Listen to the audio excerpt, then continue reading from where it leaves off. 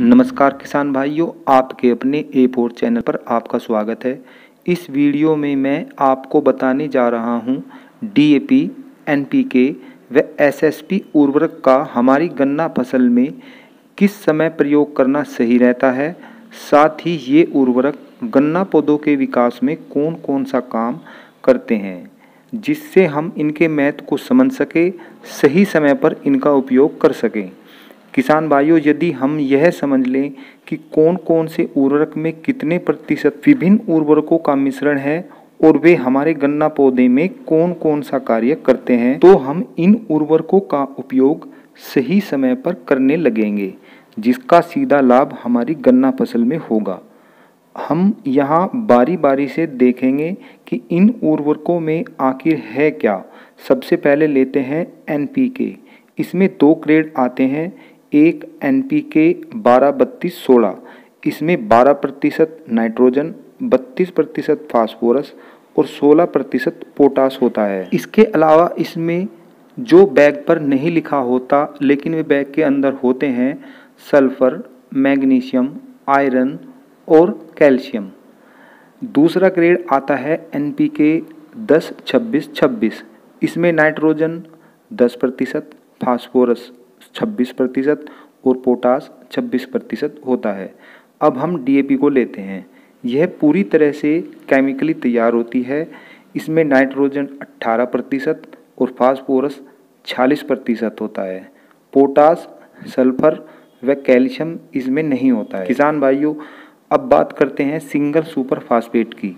इसमें जिप्सम को sulphuric acid यानी H2O H4 के साथ रिएक्शन कराया जाता है, तब जाकर सिंगल सुपर फास्फेट का निर्माण होता है। इसमें nitrogen 0%, phosphorus 16%, potash 0%, sulphur 11%, calcium 19% और अब तो boron coated single super phosphate भी आने लगा है।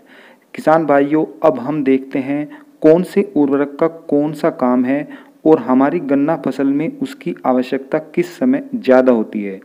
गन्ना पौधा जमाव की फर्स्ट स्टेज में जब जड़ें निकलनी शुरू होती है, उस समय उसे NPK की आवश्यकता ज़्यादा होती है, क्योंकि गन्ना पौधे की जड़ों का विकास तेजी से कराने में NPK महत्वपूर्ण भूमिका निभाता है।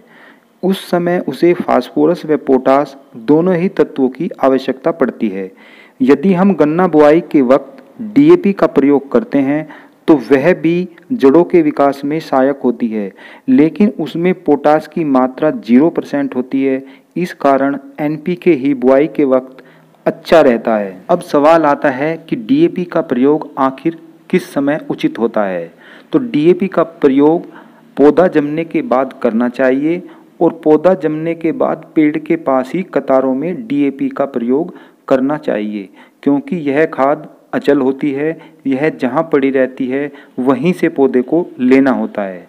यदि बुआई में DAP का प्रयोग कर रहे हैं तो DAP के साथ पोटास मिलाना आवश्यक होता है, तभी इससे हमें ज़्यादा लाभ मिल सकेगा। अब बात करते हैं सिंगल सुपर फास्फेट की। इसमें 16% फास्फोरस होता है। इसके अलावा सल्फर, कैल्शियम, बोरोन आदि तत्व भी होते हैं, जो पौधों के जमाव के वक्त बहुत ही लाभकारी सिद्ध होते हैं। इसे भी बुआई के वक्त ही देना फायदेमंद रहता है, लेकिन इसके साथ भी हमें पोटास को मिलाना आवश्यक हो जाता है। इसे भी बुआई के वक्त देना फायदेमंद रहता है, लेकिन इसके साथ हमें अलग से पोटास की मात्रा को मिला लेना चाहिए। किसान भाइयों, यदि हम निष्कर्ष निकालें तो बुआई के समय NPK सबसे अच्छा व सस्ता उर्वरक है।